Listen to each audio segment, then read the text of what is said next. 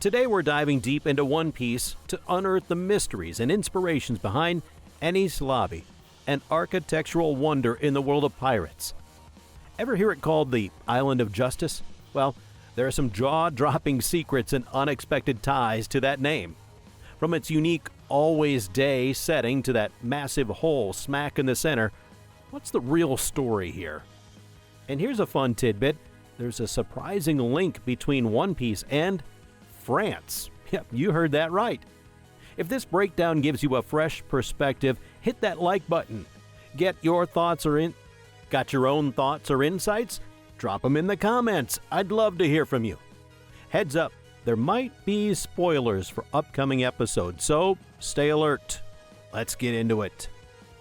Enies Lobby is a direct territory of the world government, situated in the first half of the Grand Line.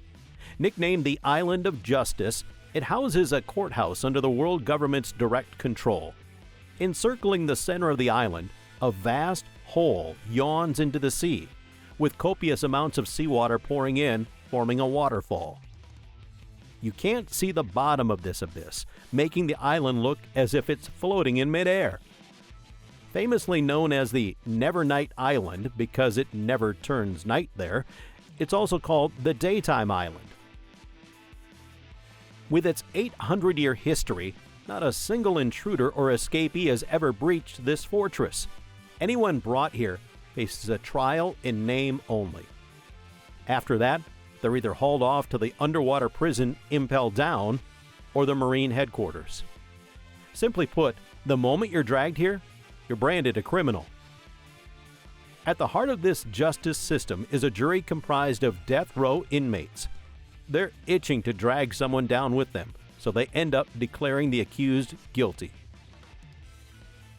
At the top, there's the world government's intelligence agency, CP9, with court judges and lower-level officials right below. Now, CP9? They're a group of assassins with superhuman combat abilities, even by government standards. The reason Enies Lobby never had any infiltrators or escapees? That's all thanks to CP9's presence. During the Enies Lobby arc, the top dog in CP9 was Chief Spandam. Under the guise of dark justice, they're sanctioned by the world government to eliminate non-cooperative citizens and have their base at the Tower of Justice in Enies Lobby. The general public? Clueless about their existence. Every single member has mastered a unique martial art called Rokoshiki, showcasing their exceptional physical prowess. The protagonist, Monkey D. Luffy, and his crew, the Straw Hat Pirates, stormed into Enies Lobby to rescue Nico Robin and Frankie, who were taken by CP9. Robin, fearing the buster call she experienced in her homeland O'Hara, being direct towards Luffy and his crew, rebuffed them. Being able to read the poneglyph, Robin had been pursued by the world government since her childhood, living in a world where betrayal was the norm. Being around her meant her dear friends would continuously be targeted by the world government, and she worried that they might abandon her one day. This was her biggest fear. She then exclaimed, "I just want to die." Robin, who could read the poneglyph, had been on the run from the world government since childhood, living in a world where betrayal was the norm. Upon hearing this, Luffy ordered Soul King to shoot the world government's flag. It was Luffy's declaration of war against the world government that had tormented his friend. Robin, who had been denied the right to live all her life, realized her friends genuinely wanted to save her. For the first time, she voiced her desire to live and shed tears. The scene was so emotional, it was impossible to watch without crying. In such an Enies Lobby arc, what did the author, Oda-sensei, use as a reference to craft this world? There's much speculation about the connection between One Piece and France, such as the French Revolution and words derived from the French language.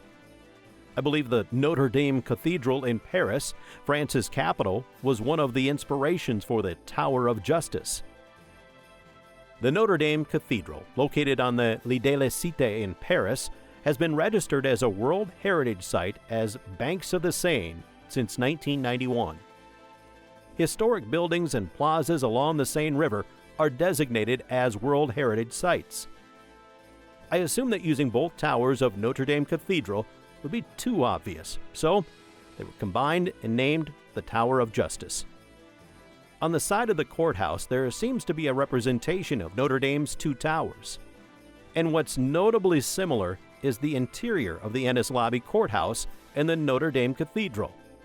A typical courthouse is designed for debates to face each other, but there's no such space here. Perhaps Enies Lobby is merely a symbolic judiciary, or maybe the building was originally used for a different purpose. In the real world, there are numerous buildings like Mont Saint-Michel that have changed their use over time, from monasteries to prisons to fortresses. While it may not be Notre Dame, Enies Lobby Courthouse gives off the vibe of a church. Now, let's look at the exterior. The Notre Dame Cathedral has what's called a facade with 3 doors on the front. The Tower of Justice also has 3 doors. In episode 400 titled Key to Freedom, the Straw Hats storm through the central door using the Rocket Man. The central door of Notre Dame is referred to as Door of the Last Judgment. By the way, during the French Revolution, the front entrance of the cathedral was destroyed. Notre Dame Cathedral is on the Les de la Cité, considered the birthplace of Paris. In Paris, a symbol used the 16th century and still in use today depicts a sailboat and waves. Below is the motto, Fluctuat nec migratur. When translated, it means tossed but not sunk, or in other words, though hit by waves, it never sinks. Exactly. In one of the iconic scenes, episode 429, they escape from Enies Lobby, not with the sea train, but aboard the Going Merry, navigating through the rough seas without sinking. That moment with the Going Merry was truly incredible. Later on their way back to Water 7, the ship was irreparably damaged, leading to the Straw Hat Pirate separation. Thank you so much, Going Merry. It was truly touching. I've also given thought to the origin of the name Enies Lobby. The lobby part signifies entrance and carries a judicial nuance, like lobbying for the passage of a bill. What one should pay attention to is the Enies part. No matter which language you search, this word doesn't appear at all. However, almost every naming in One Piece holds a meaning. In Volume 88, Frankie's line mentions Kuigoso no Kokara, which meant read backward in Japanese becomes Sugoi Yuku, meaning very floaty. In Volume 83, the scientific name of Zunesha is Naeta Mae Noreda Zo, and when read backward in Japanese, it becomes Dari Noi Miteina, which means elephant resembling Dali's painting.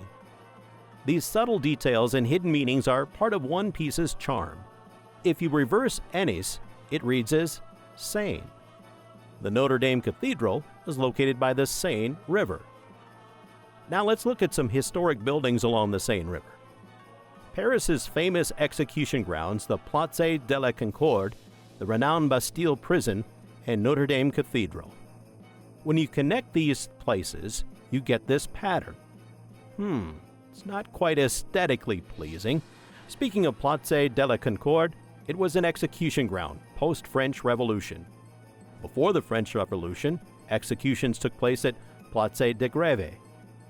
The concierge was used as a prison during the French Revolution. And then there's Notre Dame Cathedral. Connecting these 3 points forms a perfect equilateral triangle. Link the pre-revolutionary government locations, and you get an equilateral triangle. Yes, it resembles the Tari Current. Connecting Enies Lobby, the Impel Down Prison, and Marineford, which was used as an execution ground, you also get a perfect equilateral triangle. Perhaps One Piece deeply intertwines with the French Revolution and Paris, suggesting that Enies Lobby is an homage to Notre Dame Cathedral. Now let's examine the front part of Enies Lobby, where Luffy and his crew entered. If you search, It's evident that this front part represents the African country Morocco. Combine the shapes of the two gates, and it closely resembles Morocco's tourist attraction, the Babou Joulad Gate. The doors, rectangular windows, and the bastions, to name a few. Moreover, when you enter from the Babou Joulad Gate, you find the UNESCO World Heritage Site of the Fez Medina, known as the Labyrinth City. The colors of the buildings and the irregular layout are quite similar. Fez's old city is often called the world's most challenging maze, and its entrance, Babou Joulad. This inspired the concept of a Japanese fashion brand named Boujoulad, described as a place where a woman can get lost during her travels and rediscover herself. It somewhat reminds you of Robin, doesn't it?